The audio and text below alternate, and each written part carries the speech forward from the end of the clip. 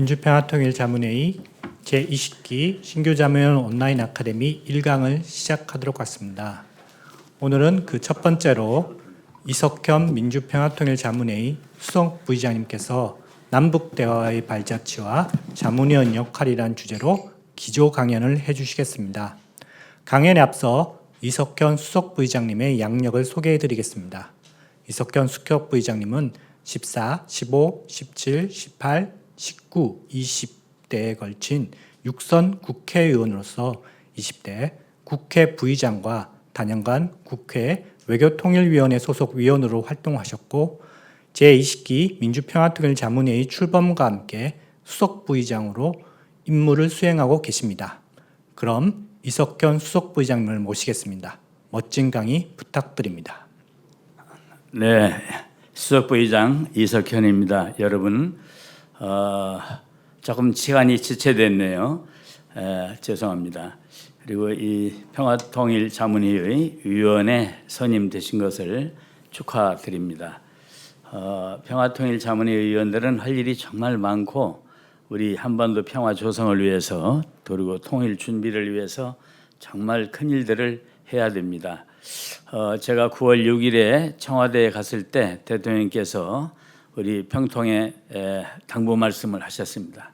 무슨 말씀을 하셨냐면은 평화통일자문회의 국내외 방대한 조직을 활성화해가지고 이 한반도 통일과 또 평화의 담론을 형성하고 그리고 국민 여론을 잘 수렴해 잘라 아울러서 우리 정부의 평화 정책에 대해서 홍보를 잘 해주십시오. 이런 당부들을 했습니다. 그게 바로 우리 평통자문위원들이 해야 할 역할이고 기능입니다. 우리가 한반도 남북 간의 교섭을 위해서도 또 평화와 통일 준비를 위해서도 항상 필요한 중요한 것은 우리 국민들의 여론입니다. 우리 국민들의 여론이 남남 갈등이 생기거나 분열이 돼가지고 북한 도와줘서 뭐 하냐 또는 평화 뭐 퍼주기 하냐 이렇게 여론들이 나가면은 남북 간의 교섭도 참 어려워지게 됩니다. 그래서 그런 부분에 대해서 우리 이 평화의 필요성, 통일의 필요성에 대해서 국민들을 잘 이해시키고 설득하는 그런 노력이 바로 우리 평통자문위원 여러분들이 해야 할 그럴 일이라고 생각합니다. 지금 외에 계신 우리 평통자문위원들도 지금 저기 온라인으로 보고 계시죠?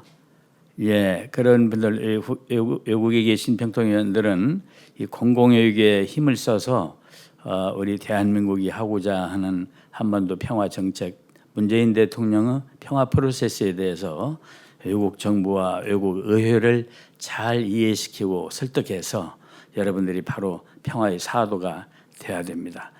국내에서는 주변 분들 여론을 조성하고 이끌어가는 그런 향도 역할을 해주시고 해외에 계신 평통자문위원들은 바로 그러한 외교의 사절 역할을 여러분들이 해야만 된다 하는 것을 당부를 드립니다. 우리가 오늘 제목이 그 한반도 정세와 우리 평통자문위원의 역할 이랬습니다. 한반도 정세를 좀 둘러본다면은 우선 요즘 최근 정세를 좀 살펴보고자 합니다. 먼저 지난 8월에 국제 UN 원자력위원회 우리가 IAEA 보통 그렇게 합니다. IAEA가 영변에 5메가와트 흑연 감봉로를 지금 재가동하고 있다. 흑연 감송로를 재가동하고 있다. 이렇게 보고를 유엔에 했어요. 걱정합니다. 그리고 또 9월 11일, 12일에는 순항미사일, 장거리 순항미사일을 또 쏘아 올렸습니다. 그리고 바로 어제네요. 9월 15일에는 단거리 탄도미사일을 또 쏘아 올렸습니다. 이런 일련의 일들이 참 우리 국민들이 지금 대단히 걱정을 하고 또 불안하게도 생각을 하십니다. 참고로 말씀드리면은 이 순항미사일과 이 탄도미사일이 어떻게 다르냐?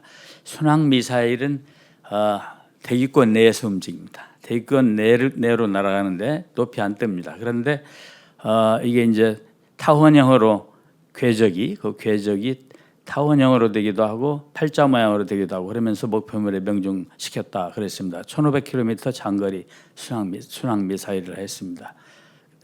이건 노동신문 보고 우리 모두가 그랬구나 했습니다.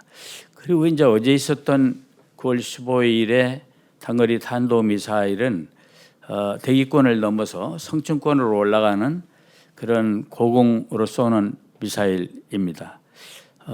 이것은 북미 합의 위반은 아닙니다. 북한과 미국 사이에 있었던 북미 합의는 장거리 탄도미사일을 제한하는 거였어요.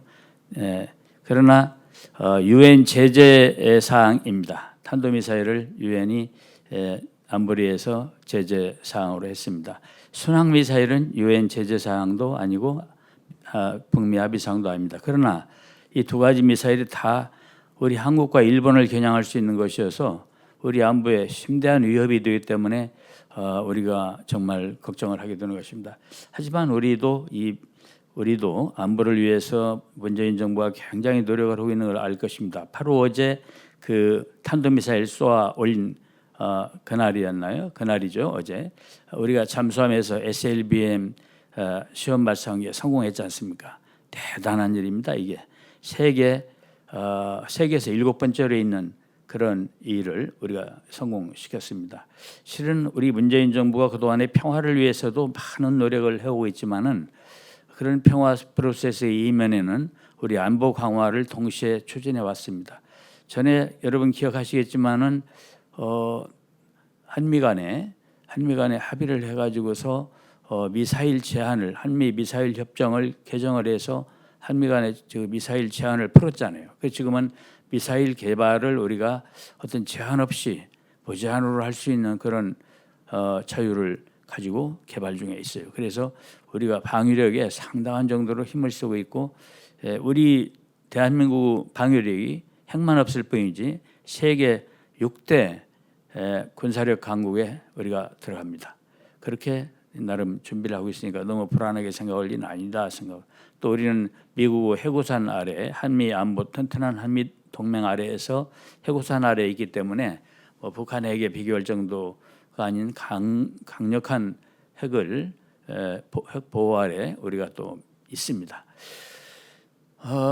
이렇게 이런 일을 왜 북한이 자꾸 이런 도발을 저지르는가?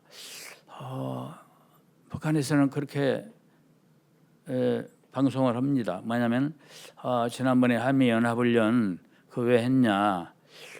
그게 바로 전쟁 노름이고 우리가 그러니 그때 8월달에 이렇게 얘기했죠. 시시각각으로 보여주겠다.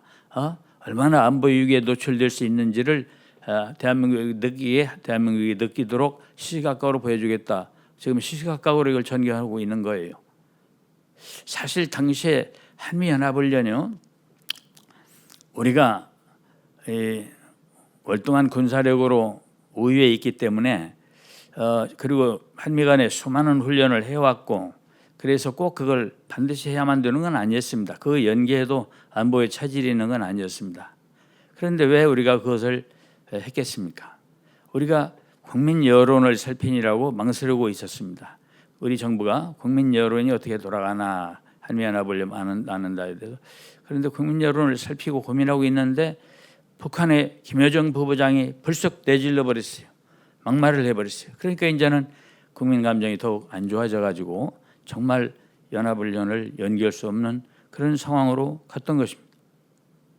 그래서 이 남이나 북이나 평화와 통일을 위해서는 양보와 인내심이 절대적으로 필요하다 이렇게 생각합니다. 정말 인내심이 필요합니다.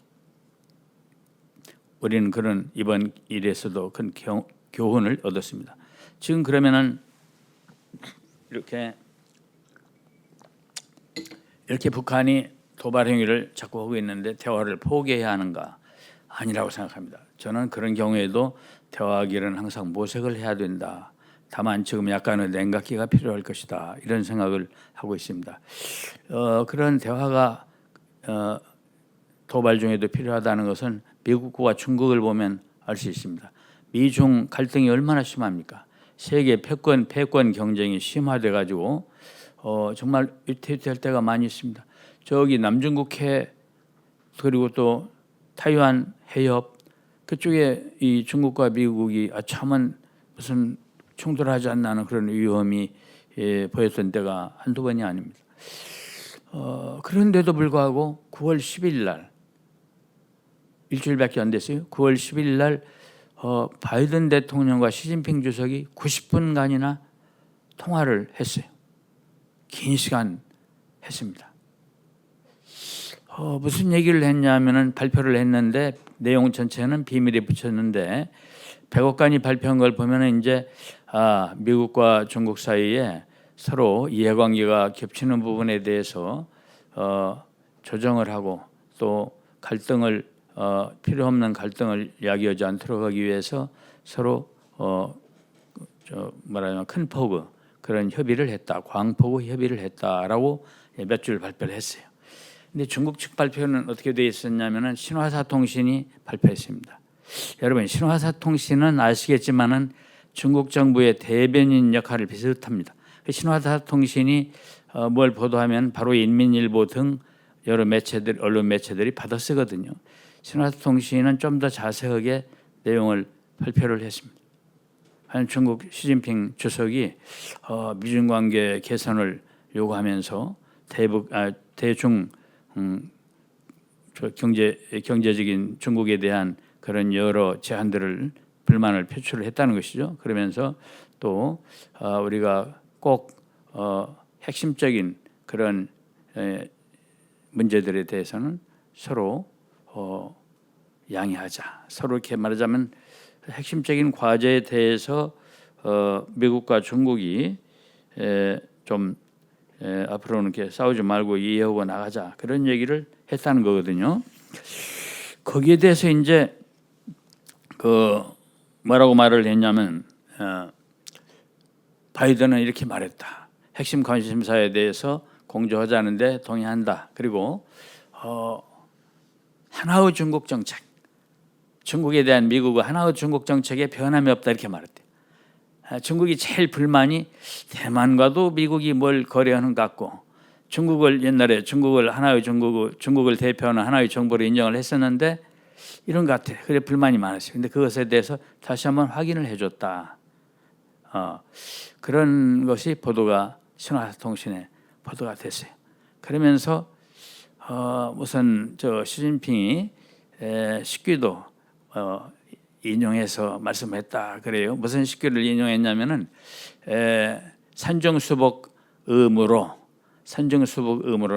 산과 물에 산과 물이 겹치고 겹쳐 있어서 길이 없나 의심을 했더니 유암 화명 우일촌이라 이게 버드나무가 우거지고 꽃이 밝게 핀 꽃이 만개한 그런 한 마을을 발견했다. 이런 남성 시대의 시를 갖다가 트럼프 바이든 대통령한테 이렇게 말씀을 했다. 이런 보도까지 했어요. 그런 거 보면은 우리가 이렇게 중국과 미국 간에 지금 길이 막히고 어려움만 많이 있는 것, 갈등만 많이 있는 것 같은데 그래도 또 우리가 서로 공존해갈 길이 있다 이런 취지로 말을 했겠죠. 아마도 제 짐작에는 발표들은 안 오겠지만 미국과 중국 간에 많은 얘기를 했을 것 같은데 아프간 사태 얘기도 했을 것 같고 왜냐하면 거기에 지금 미국 사람들이 지금 한 200명이 아직도 저기 탈출을 못 오고 있죠. 지금 일부 실어 날렸는데 그러면 또 중국이 이제 아프간에 대한 영향력을 좀 가져요. 거기다 뭐 원조를 한 400억 우리 돈으로 한 400억 가까이 뭐 한다 그러고 또 뭐 백신도 돕겠다 뭐 식량도 돕겠다 이렇게 하면서 그런데 그런 문제와도 관계가 있는 것이 아닌가 하는 추측도 해보고 어떻든 미국과 중국이 다 어려운 입장에 있습니다. 금년 말쯤 되면은 경제적으로요 중국도 만기가 도래하고 저기도 결제 만기가 도래하고 미국도 지금 물가 문제부터 해서 저기 금융 사정이 안 좋단 말입니다. 그러니까 중국이 회사채가 돌아오고 또 미국의 디폴트 현상이 이제 예상돼요. 12월에. 그래서 서로 다 어려운데 어려운 상황에서 너무 싸울 것만 아니라 피할 수 있는 건 피하고 싶고 또 언제 어디서 돌발할지 모르는 국지적 충돌이 있으면 전쟁으로 피할 수도 있는 것이기 때문에 그런 걸 막기 위해서 얘기를 많이 했나 본데 서로 양보도 했나 본데 중국이 섭섭지 않게 미국이 달랜 건가 이런 생각을 제가 나름 추측을 해봅니다. 제가 왜 이런 말씀을 좀 길게 드리냐면은 미국과 중국이 그렇게 왼수같이 싸우면서도 필요한 부분은 대화를 해서 안 싸워도 되는 싸움을 피해 가더라 이런 걸 보면서 우리도 남북 간에 북한이 참 답답하긴 해요. 대화를 안 하려고 하니까. 그렇지만 대화의 희망을 포기하지 말고 우리 국민들이 잘 원진 정부의 평화 대북 정책에 대해서 지지해주고 힘을 모아주는 것이 꼭 필요한 거 아닌가. 물론 이번에 그 미사일 쏜 거를요. 북한은 얘기하기를 자 봐라 그 남북연합훈련 하지 말랬더니 하니까 바로 지금 안보적 위기에 당신들이 도달하는 걸 시시각각으로 보고 있지 않느냐. 우리 남한에 대해서 이렇게 얘기하는 걸로 말은 합니다만 한편으로는 중국이 미국이나 한국하고 접근하려고 하는 데 대한 불만도 표출한 거 아닌가 하는 생각도 제 학자들은 어떻게 할지 모르는데 제 혼자 생각이 그렇습니다. 왜냐하면 지금 미사일 쏜 날을 보십시오. 순항미사일 쏜 날이 9월 11일, 12일인데 지금 미중 바이든과 시진핑 90분 통화한 것이 바로 그 전날 9월 10일입니다. 또 이번 15일 어제 우리 정의용 외교부 장관하고 중국의 왕이 외교부 장관이 회담한 날 아닙니까? 그 회담 때 또 이렇게 탄도미사일을 딱 맞춰서 쏴 올렸거든요. 우연일 수도 있고 또 그런 미사일 쏴 올리려면 장시간의 준비가 필요하니까 그때 딱 맞춰 했겠냐. 아니 그렇지만은 평소에도 그 사람들은 그런 문제를 보이지 않게 개발해 왔을 것이고 8월 달에 우리가 한미 군사훈련할 때 발로 불만을 표출하면서 그런 경고를 우리한테 했었기 때문에 그거 생각하면 다 맞춰놨다가 그게 시기에 맞춰서 쏘아 올린 거다. 저는 그렇게 생각하는 것이 합리적이다. 이렇게 봅니다. 어쨌든 그렇게 이제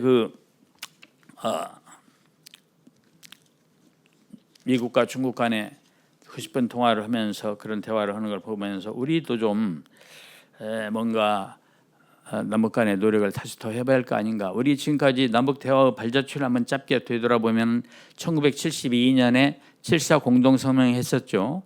또 1991년에 남북 기본합의서 채택을 했었습니다. 그러나 정상들이 만난 건 아니었어요, 남북이.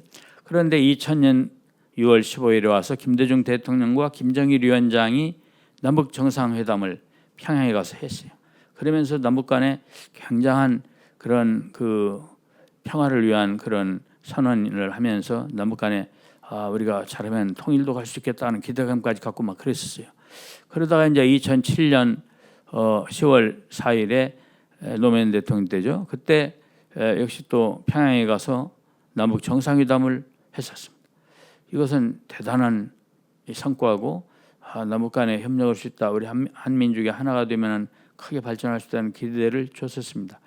그러다 이제 2017년에 와서 많이 악화가 됐어요. 2017년에 남북 사정이 너무나 나빠져가지고 전쟁 나는 거 걱정했어요. 기억하시나 몰라요. 2017년 10월에 트럼프 대통령이 지금 김정은한테 그랬잖아요. 로봇맨이라고 막 욕을 하면서 핵단추가 내 책상에 있다. 북한도 김정은 위원장도 저 트럼프 대통령한테 핵단추가 늑다리라고 그랬죠. 늑다리라고 하면서 핵단추가 내 책상에 있다면서 금방 무슨 전쟁할 것처럼 난리들을 쳤었거든. 그때 걱정 많이 했어요, 우리 국민들. 그래서 제가 미국, 중국, 미국, 중국, 러시아를 한 바퀴 돌았어요. 저는 그때 국회에 외교통일분과위원을 4년간 하고 있었습니다만은 그때 이제 각 당에 한 명씩 해서 우리 민주당에 저하고 또 저쪽에 정동영 의원 국민의당인가요? 또 바른미래당인가요? 정병국 의원 해서 미국을 10월 달에 급히 가가지고 전쟁하면 안 됩니다. 북한에 대해서 선제 공격하면 안 됩니다. 이거 얘기를 설득을 하고 다녔어요. 그때 미국 하원 외교위원장도 만나고 또 아태 소위원장도 만나고 다 만나면서 설득을 했어요. 또 미 국무성에 차관이 티오가 셋인데 차관 한 명만 임명했더군요. 트럼프 대통령이 참 희한한 분이에요. 취임 헌지가 1년이 다 되도록 3명을 임명 안 하고 한 명만 임명을 했더라니까. 그런데 그 쉐넌 차관 또 만나고 그 밑에 차관보들 또 만나고 하면서 다 얘기를 하고 다녔어요. 그래서 무슨 얘기를 했냐면 북한을 선제 공격하면 안 됩니다. 핵전쟁이 나면은 우리 대한민국에 큰 피해를 입기 때문에 그런 거 한번 하면 안 됩니다. 심지어 어디 가서는 이런 말도 했어요. 우리 대한민국 헌법에 보면은 북한도 우리 영토입니다. 다만 미 수복 영토일 뿐입니다. 그러니까 북한을 공격할 때는 우리 대한민국 정부의 동의 없이는 해서는 안 됩니다. 이렇게도 얘기를 했어요. 제가 그 아태 하원 외교위원장과 아태 소위원장 만났을 때요. 그분들한테 이러저런 얘기를 선제 공격하면 안 된다. 그리고 너네 뭐 하는 거냐? 저기 그때 중국에 가 있었어. 틸러슨 국무장관이. 그래서 못 만났는데 틸러슨 장관은 비둘기 소리를 내는데 트럼프 대통령은 왜 매 소리를 자꾸 내나? 그래서 이것이 도대체 어떻게 된 거냐 했더니 이분들이 설명이 우리가 협상 전략입니다. 트럼프 대통령이 뭐 하던 분입니까? 장사하던 분 아닙니까? 협상 전략으로 투 캅습니다. 저기는 틸러스는 굿 캅, 이 트럼프 대통령은 배드 캅. 그래서 나쁜 역할, 좋은 역할을 하는 우리 투 캅스 영화 봤죠? 투 형사, 그 투 캅스 전략입니다. 그러더라고. 그래서 그런가 보다. 그러면서 내가 이제 선제 공격하지 말라, 선제 공격하면 안 된다 말을 더욱 강조했더니 미국 참 외교 하원 외교위원장이 제가 따라갔던 수행원들이 뭘 필기 적고 있었거든요. 말씀 나오는 걸. 적지 말고 제 말씀 지금부터 하는 말씀은 적지 말고 기자들한테 절대 얘기하면 안 됩니다. 하면서 말을 하는데 뭐라고 하냐면 우리는 절대 선제 공격을 안 합니다. 그냥 전략상 그러는 것입니다. 걱정 마십시오. 이렇게 하더라고. 기자들한테 말하지 말라고. 제가 서울에 돌아와가지고 기자들한테 입을 꼭 다물고 있었는데 같이 갔던 중에 한 분이 기자들한테 얘기했고 어디 나버렸더라고요. 북한이 얼마 안 된다고 말하지 말라고 했던데. 제가 그때 중국도 가고 또 러시아도 가서 여러 가지 얘기를 듣고 또 우리 입장을 얘기하고 그랬습니다.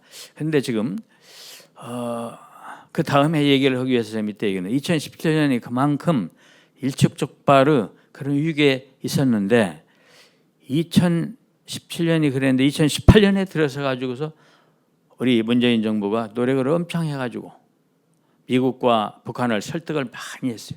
그러면서 평화의 해로 만들었어요. 2018년 2월에 평창에서 올림픽 했죠. 이 평창의 눈밭에다가 평화의 씨앗을 심어가지고 그 1년 동안 잘 가꿔서 무럭무럭 자랐어요.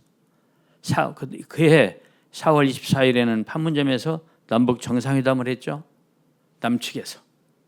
또 5월 26일에는 어떻게 했습니까? 판문점 북측에서 남북 정상회담을 또 했죠. 우리 문재인 대통령과 김정은 위원장이요. 그 분단선을 갖다가 한 걸음 넘어오고 하는 거 보면서 참 제가 재미도 있었고 감동. 잘하면 이러다가 평화 통일도 될지 모르겠다 기대도 많이 했어요. 그 해 또 바로 다음 달인 2월 12일에는 싱가포르에서 무슨 일이 있었습니까? 트럼프 대통령하고 김정은 위원장이 북미 정상회담을 역사상 처음으로 했지 않습니까?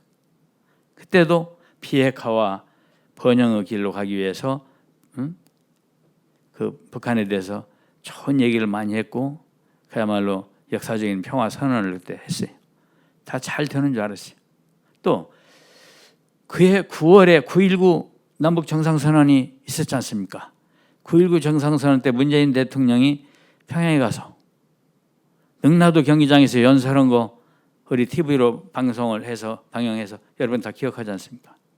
그때 김정은 위원장이 우리 문재인 대통령한테 마이크를 넘겨주는 거 보면서 저는 이제 북한 김정은 위원장이 핵을 버리고 국제사회와 함께 번영의 길로 가야겠다고 결심을 했구나. 제가 직감을 했었어요. 아마 그때 사실이었을 겁니다. 제가 중국을 다닐 때도 중국 사람들이 그런 얘기 하더라고요. 북한은 중국의 개혁개방으로 해서 주구장창이던 중국이, 그 말은 내가 보태는 말입니다. 주구장창이던 중국이 자관 개혁개방을 통해서 부강한 나라가 된 것을 상당히 부러워하고 있습니다. 그래서 김정은 위원장이 그렇게 가려고 생각을 하고 있었을 겁니다. 내 생각이 그래요. 그런데 그때 그런 직감을 왜 했냐면은 그때 모란 능라도 경기장에 15만 주민이 있었거든. 평양 시민이 300만 명밖에 안 됩니다. 4인 가족이라 치면 15만 명이면 5집에 한 집씩 그 자리 나온 거예요. 그것도 오피니언 리더들이 나와 있는 그 자리에서 문재인 대통령이 무슨 말씀을 할 줄 알아서 마이크를 넘겨줬어요. 상당한 결심 없이는 그렇게 하기 어려웠을 것입니다. 제가요 궁금했습니다. 이게 지금 위에서만 짜고 하는 것인지 아니면 이 평양 저 북한의 인민들도 공감하고 있는 것인지 내가 모르겠다 이게. 그런데 한 달 뒤에 제가 2주일 뒤에 그걸 알게 됐어요. 9.19 그날 9.19 때 그 바로 선언이 있었는데 한 2주일 있다가 10월 4일 아닙니까? 14선언 11주년 남북 합동 기념식을 평양에서 했거든요. 제가 남측 대표단으로 평양을 갔었어요.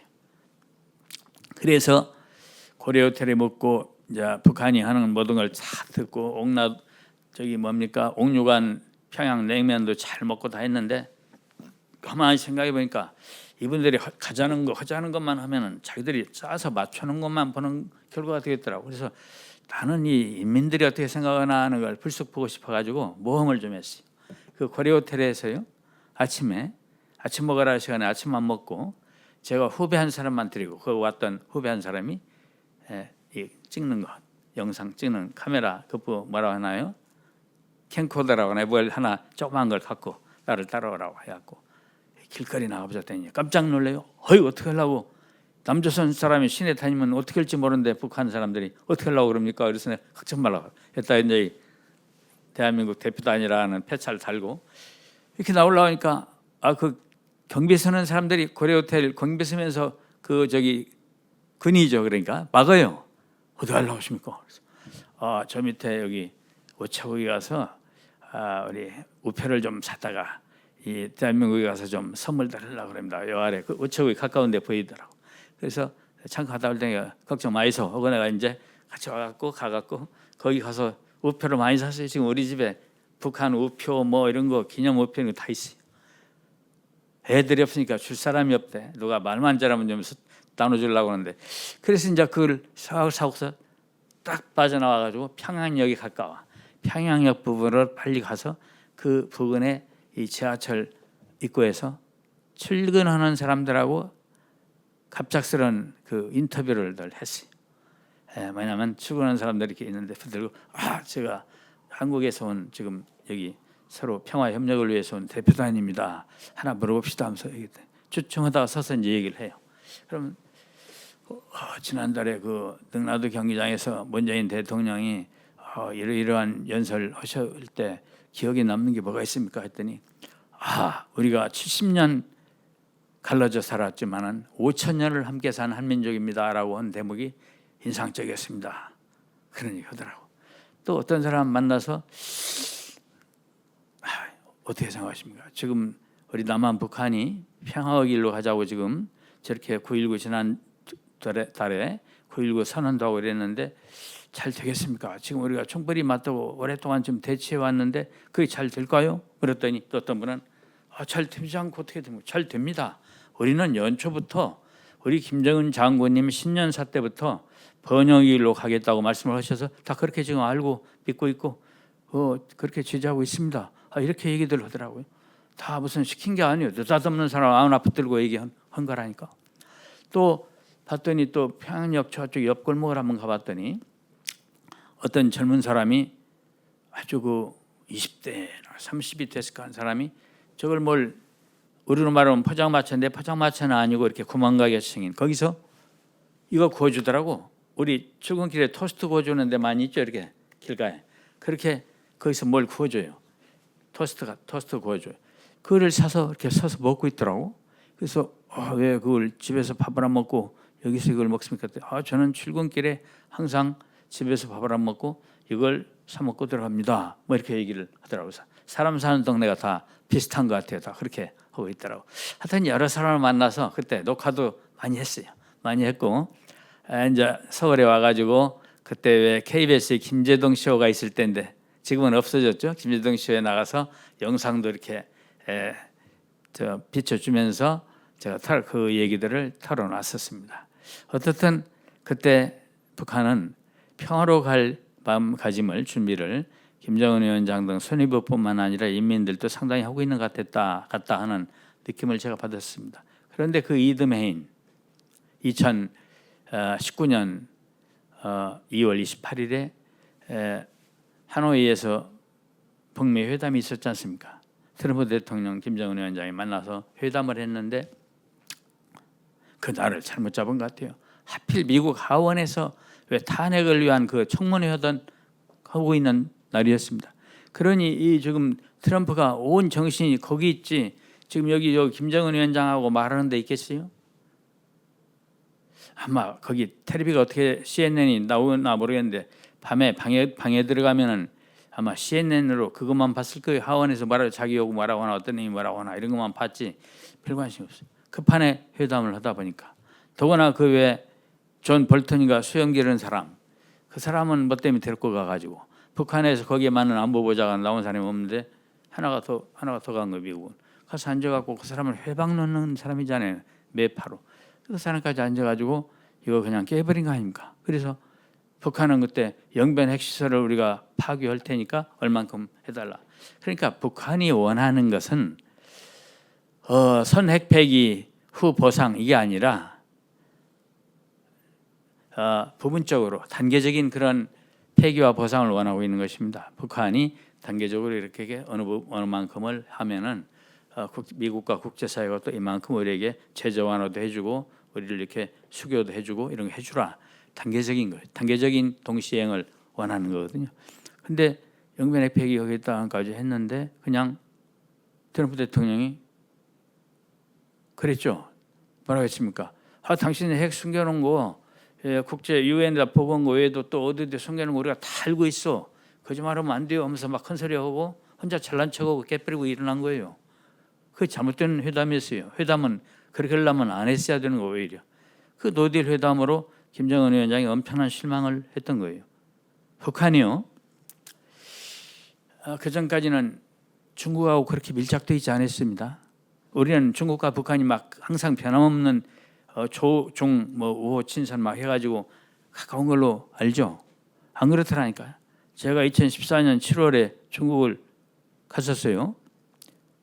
2017년에 우리 촛불혁명으로 문재인 대통령 취임한 게 2017년 대선이 3월이었고 취임이 5월인가 그랬죠. 그런데 그 3년 전에 시진핑 주석과 평유한 그 영부인이 같이 우리 서울에 왔었습니다. 다녀간 지 2주 1투에 제가 그때 국회 부의장을 하고 있을 때인데 여야 국회의원들 10명 초당파 친선 의원단이라 이렇게 구성을 해서 북경하고 상해를 갔었어요. 그때 북경에 갔을 때 오늘 제가 너무 그냥 열정적으로 강연을 하다 보니까 목이 많이 마릅니다. 북경에 가서 누구를 만났냐면은 중국은 집단 지도 체제 아닙니까? 시진핑 주석 혼자 하는 게 아니라 7명의 상임위원들이 하거든요. 그 상임위원 가운데 류인산 상임위원이라고 상무위원 상무위원 류인산 상무위원이라고 시진핑 주석 그 오른팔 같은 분이 있었어요. 그 양반과 제가 그 회담을 했어요. 우리는 저 옆에는 쭉 10명 의원님들 나 포함 10명 의원님들 계시고 또 이쪽에 제 옆자리는 류인산 상무위원 그리고 그 옆으로는 왕자루이 중국 공산당 연락부장 그 옆에는 왕이 중국 정부 외교장관 그다음에 천평상 연락부 부부장 등등이 앉아 있고 배석을 해서 회담을 했어요. 중국은요 공산당이 정부보다 더 당이 우월해. 그래서 왕자루이 그때 연락부장이 더 윗자리입니다. 그 옆자리가 왕이 외교부장입니다. 그래서 왕이 외교부장 어저께 우리 한국에 지금 와 있죠. 예? 그런데 이제 그때 제가 얘기하기를 저런 얘기를 했어요. 하나는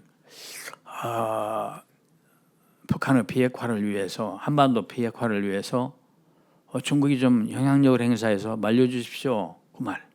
또 하나는 여기 저 북한에서 탈북자들이 이렇게 중국으로 많이 넘어오는데 그 사람들을 공안이 체포한다는데 체포하지 말고 한국으로 보내주십시오. 인도적인 차원에서 그런 얘기. 또 하나는 이제 우리 중국 공산당과 우리 대한민국 우리 정당이 서로 교류합시다.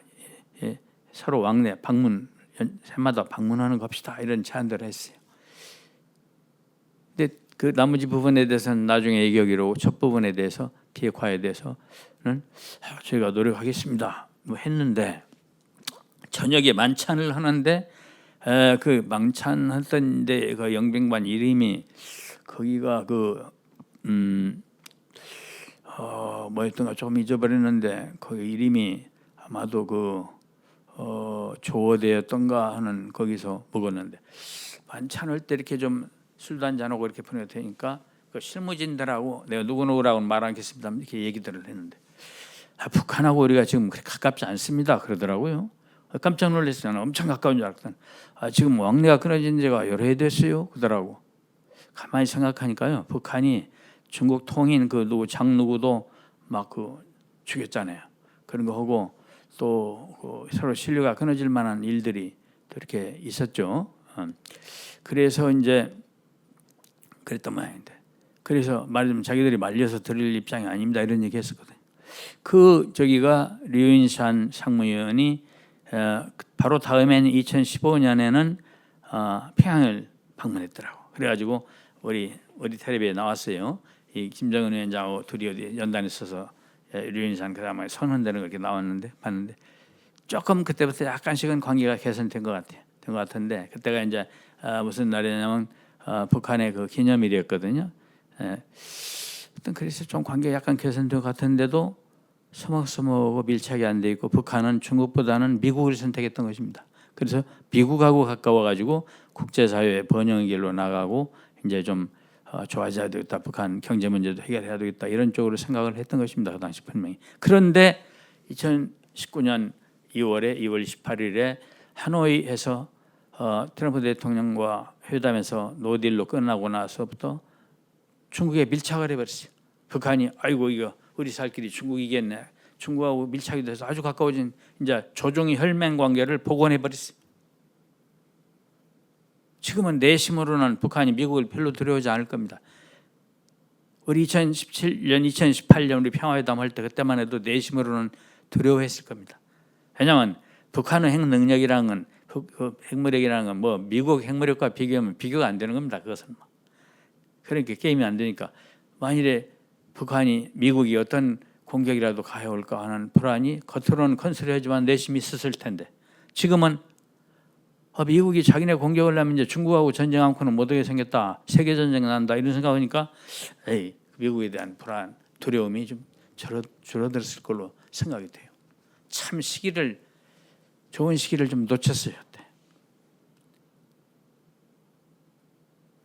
참 아쉬움이 이 지도자의 선택이 얼마나 그게 참 역사 속에서 중요한 결과를 초래하는가 이거 알 수가 있습니다. 그렇지만 지금 우리가 최대한 다시 노력을 해야 돼요. 문재인 평화 프로세스를 재가동해서 최대한 노력을 해서 다시 한반도 평화를 마련하기 위해서 애를 써야만 합니다. 그럼 요즘은 어떻게 돼 있냐? 북한이 일체 말을 안 하려고 그래요. 저기 통신선 북한이 먼저 연결하자고 해서 연결한 거예요. 차단해버렸어요 다시. 신문에 보면은 미국이 아프간 사태도 있고 그런 일로 해서 북한하고 대화를 안 하려고 하는 것 같다 우리 신문에들 나죠. 나는 그래서 외교 채널을 통해서 미국 쪽에다 알아봤어요. 정말 이게 미국이 대화조차 안 하려고 하나 북한하고 그건 아니더라고. 미국이 대화를 하려고는 상당히 노력을 하고 있더라고.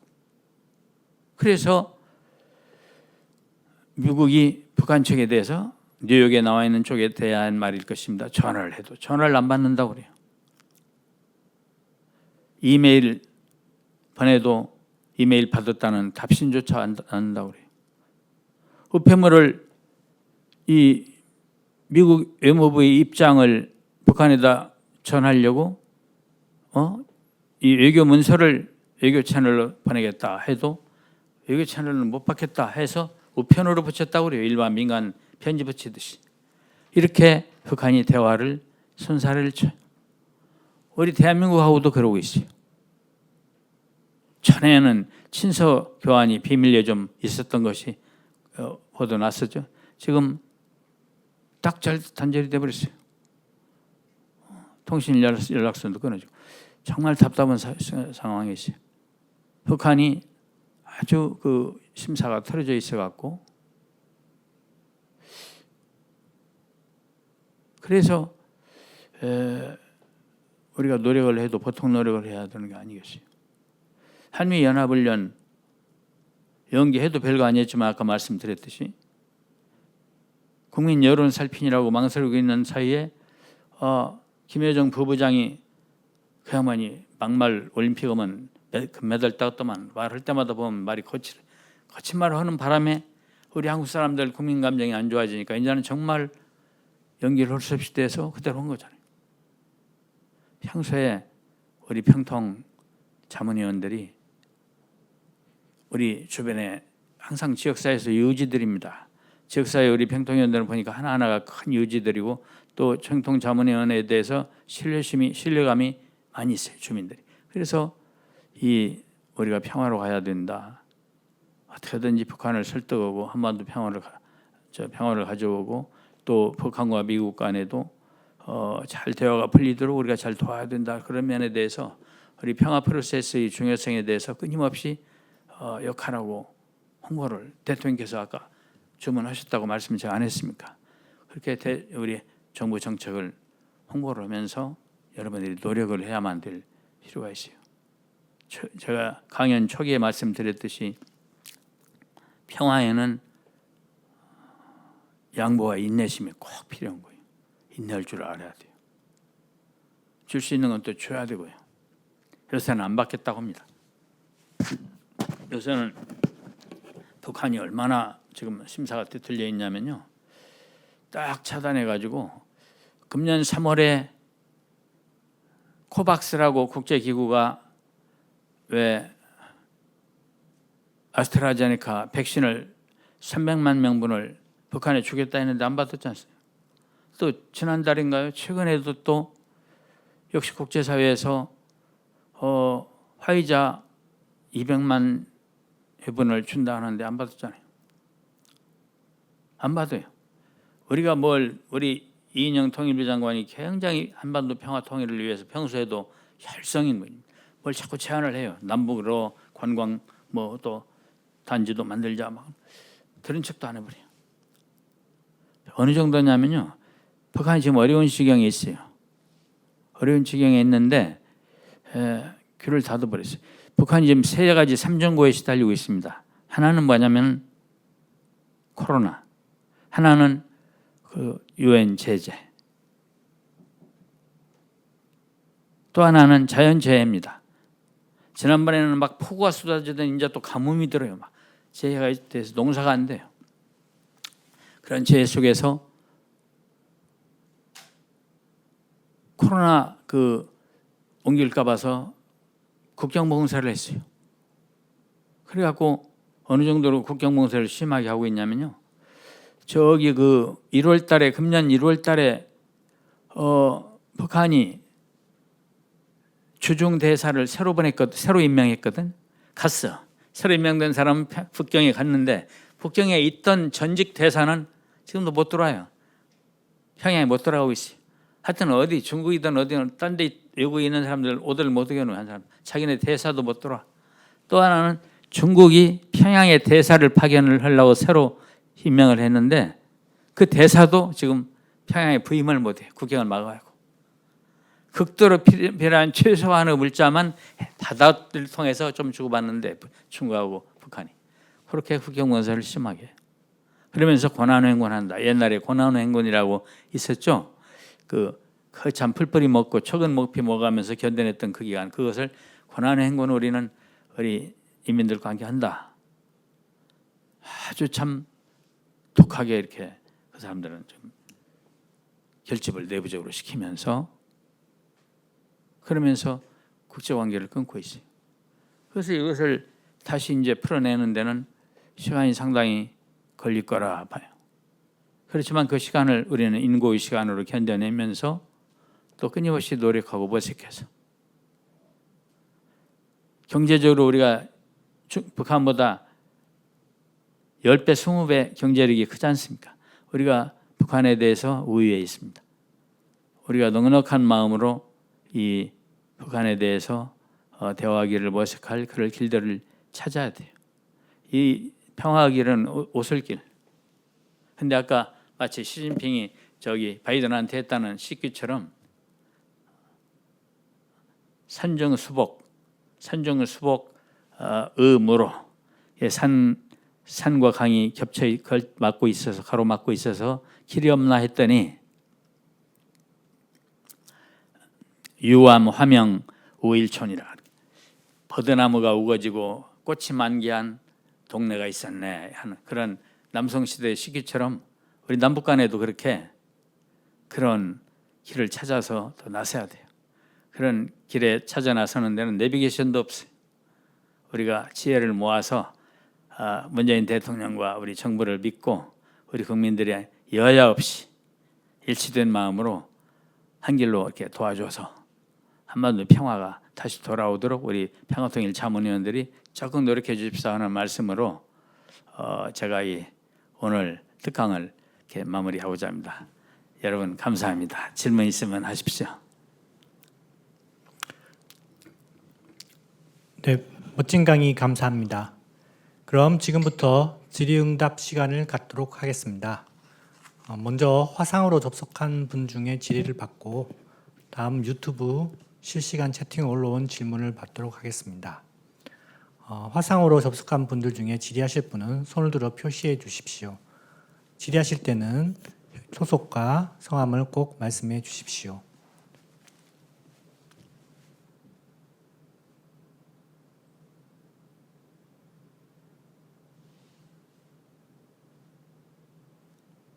질문이 이쪽에 있는 거 같네요. 아닌가요? 예, 말씀하십시오. 소리가 안 들리는. 소리가 안 들리고 있네요. 그 음소거를 해제해 보십시오.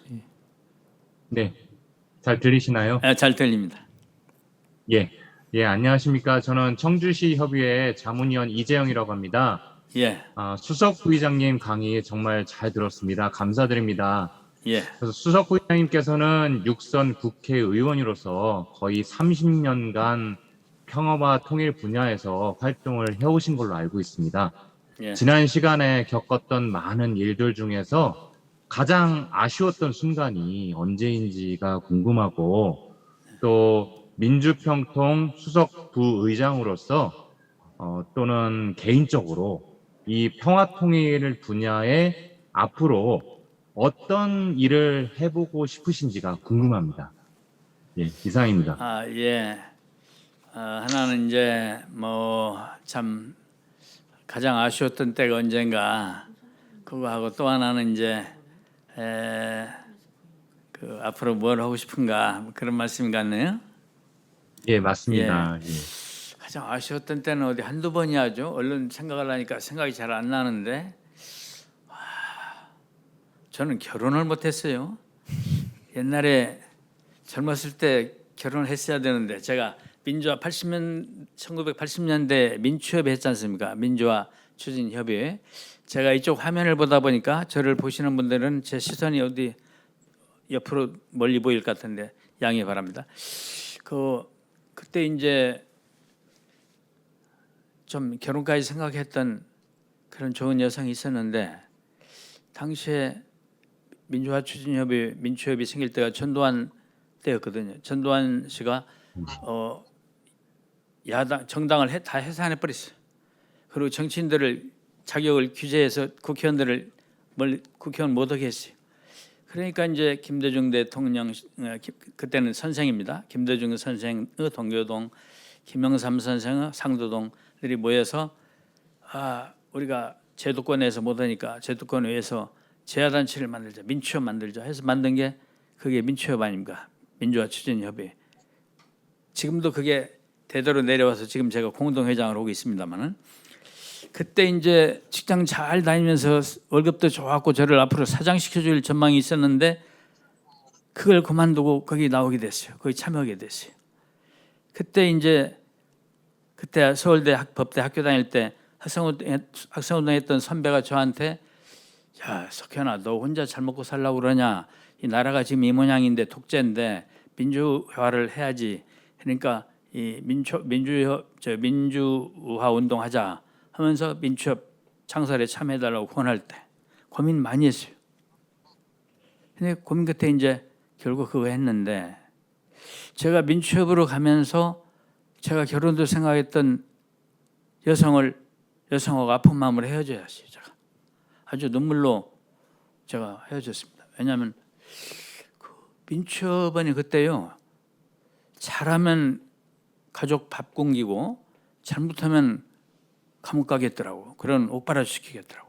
그런 상황이었거든요 그때. 실제로 그때 민주협에 제가 거의 최연소였습니다. 참여했는데 그때 뭐 대변인 하시던 분들, 간사장 하시던 분들 다 징역 갔어요. 아주 무서운 세상 아니었습니까 그때. 그리고 그래서 그 여성과 결혼했다가 행복하게 해줄 수 있는 자신이 없더라고. 이 여성을 내가 어떻게 먹여 살릴 수 있겠나?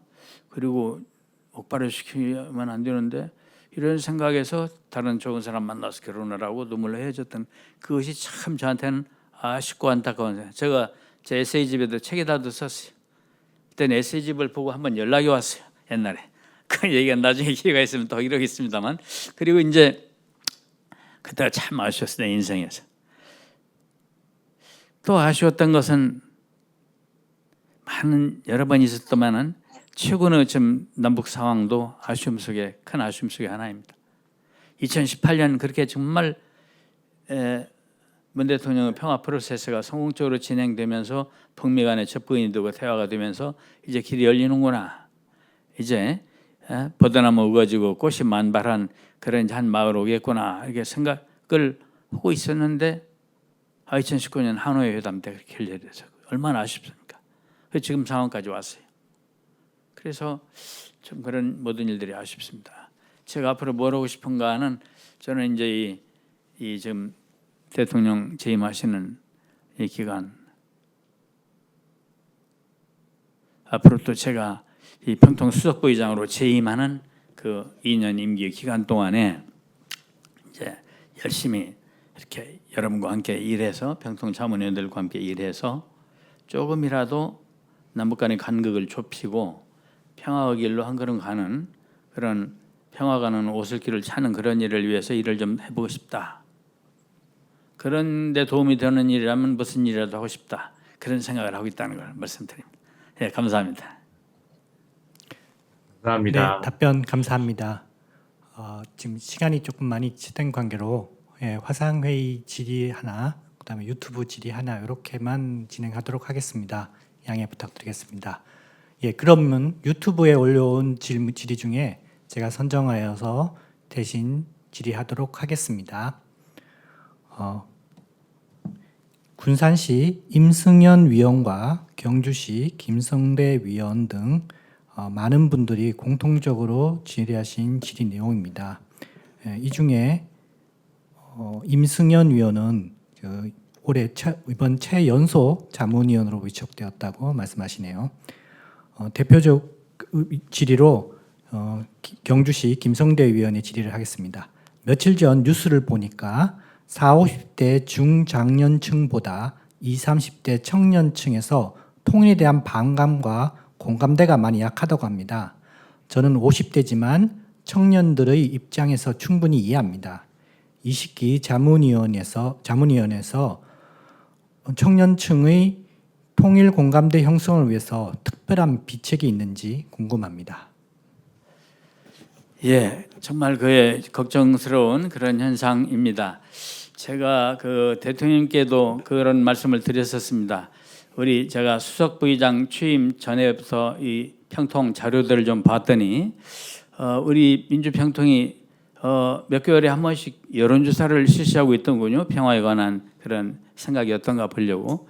제가 그 결과를 한번 본 일이 있는데 20, 30대가 이 통일에 대한 기대가 적어요. 그래서 20, 30대가 통일이 돼야 된다는 비율이 적고 40, 60대가 통일이 돼야 된다는 그런 지지 비율이 높더라고요. 그래서 그 점을 대통령께도 말씀을 드렸고 그런 것을 좀 해소하기 위해서 청년층 그 한반도 평화에 대한 인식과 통일의 필요성에 대해서 더 우리가 노력을 해야 되겠습니다는 말씀도 드렸습니다만 또 엊그저께 중앙일보에도 그거 났죠? 그저께 났죠? 뭐라고 났냐면은 여론조사를 또 해봤더니 50대는 74%가 통일을 해야 한다라고 답변을 했는데 20대는 해보니까 47%가 통일할 필요가 없다고 답변이 나왔다. 이래서 걱정스럽다 하는 게 나오더라고요. 그래서 어떤 젊은 층들이 통일에 대한 필요성을 덜 느끼고 있는 게 사실입니다. 근데 우리가 거기에 대해서 많은 평소에 이제 그런 대민 교육의 기회를 많이 가져야 돼요. 저는 각 지역의 협의회에서 수원이면 수원, 안양이면 안양, 각 도시에 있는 제가 안양에서 국회의원을 6번을 안양에서 하다 보니까 안양을 자꾸 예로 많이 들어서 부산으로 예를 한번 들고 부산이면 부산에서 있는 지역 협의회들이 거기 이제 교육청하고도 협력해가지고 학교 가서 좀 전문 지식이 있는 이런 평화에 대한 전문 지식이 있는 우리 평통위원들이 가서 좀 서로 좀 특강도 좀 하시고 이렇게 하면 어떨까 그래가지고 통일의 필요성 평화가 바로 얼마나 중요하며 또 우리 평화가 돈이다 하는 그런 경제에 대한 미치는 영향도 말씀하시고 이렇게 하면 참 좋겠다는 생각을 합니다. 앞으로 우리 지금 평화통일 우리 사무처에서도 많은 준비들을 정책적인 배려 연구들을 이 전문층의 통일의식을 높이기 위한 연구들을 지금 하고 있습니다.